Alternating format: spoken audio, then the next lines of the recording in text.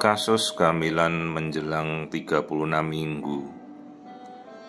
Ibu ini datang kemarin tanpa rujukan.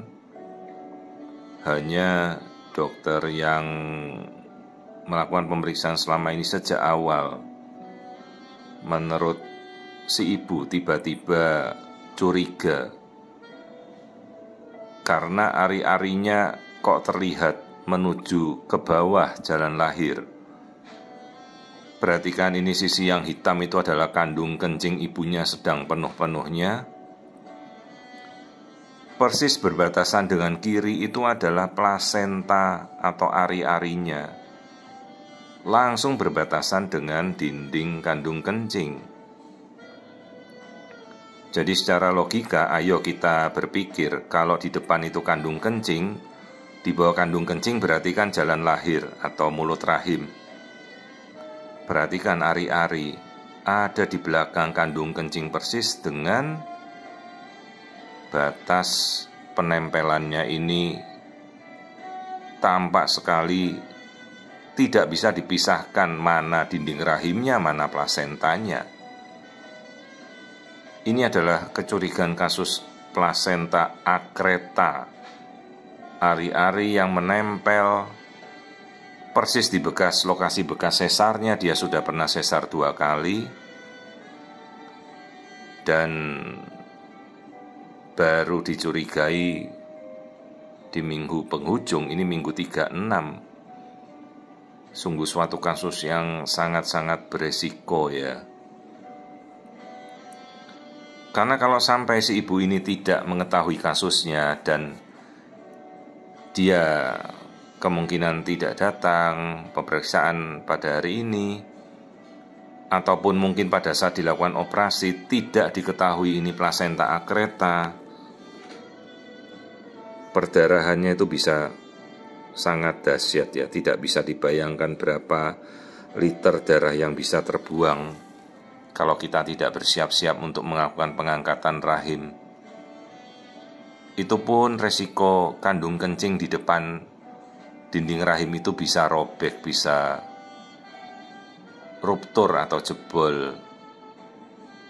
Kasus-kasus seperti ini harusnya kita kenali sejak awal ya. Jadi sekitar bulan ke-6, bulan ke-7, bulan ke-8.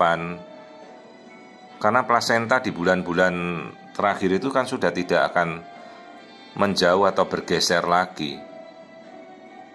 Dalam setiap kasus-kasus di mana seorang perempuan memiliki riwayat operasi pada rahimnya, entah dikuret, entah sesar, entah operasi miom, pikirkan bahwa resiko ari-ari menempel pada dinding rahim itu bisa terjadi. Ini karena riwayat operasi sesar 2 kali, maka ari-arinya nempel di bagian depan bekas sesarnya yang dulu. Kalau misalnya dari riwayat operasi miom, kuret yang berulang-ulang, ari-ari bisa nempel pada bagian dinding rahim yang lain, bisa di belakang, bisa di samping. Maka ya kita edukasi, saya jelaskan pada si ibu resikonya benar-benar besar. Tim harus benar-benar siap. Dokter yang mengoperasi kebetulan juga yang mengoperasi kali pertama dan kali kedua. Dan kebetulan video ini saya langsung kirimkan pada sejawat yang menangani ya, supaya waspada.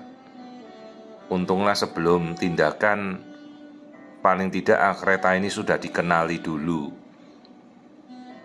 Jadi jangan sampai kita melakukan operasi, kemudian pada saat kita membuka terkaget-kaget ternyata kasusnya akreta ya. Akreta itu sumber perdarahan luar biasa dan menyebabkan angka kematian ibu yang masih tinggi ya di tanah air. Jadi angka kematian terbesar itu seperti plasenta previa perdarahan, hamil luar kandungan, plasenta akreta. Ya, ini angka kematian penyebab kematian ibu pada kehamilan yang cukup tinggi. Kalau bayinya sendiri tidak masalah dan ini sudah masanya untuk kita melahirkan. Karena sebentar lagi rahim akan kontraksi. Begitu kontraksi ya plasentanya bisa bleeding, perdarahan, dan perdarahannya ngeri. Jadi nanti kita anjurkan si ibu ini kembali pada sejawat yang melakukan operasi, persiapan yang matang, lalu direncanakan kapan operasinya, persiapan darah, bahkan sampai resiko nanti untuk mengangkat rahim ya, itu kita harus sudah siap semuanya. Ya, kemudian ini kita ukur berat bayinya sudah 2,8 ini kira-kira. Karena minggunya sudah 36. Dan baru kemarin ini dikenali oleh dokternya, itu pun dokternya hanya langsung segera ke dokter Wiku supaya coba tanya ini plasenta akreta. Jadi langsung pasiennya hari itu juga ke saya. Ya untunglah kita masih bisa tahu dan masih bisa menyiapkan tim ya. Mudah-mudahan tertangani dengan baik. Ya banyak sekali kasus-kasus seperti ini yang kita tidak tahu sejak awal.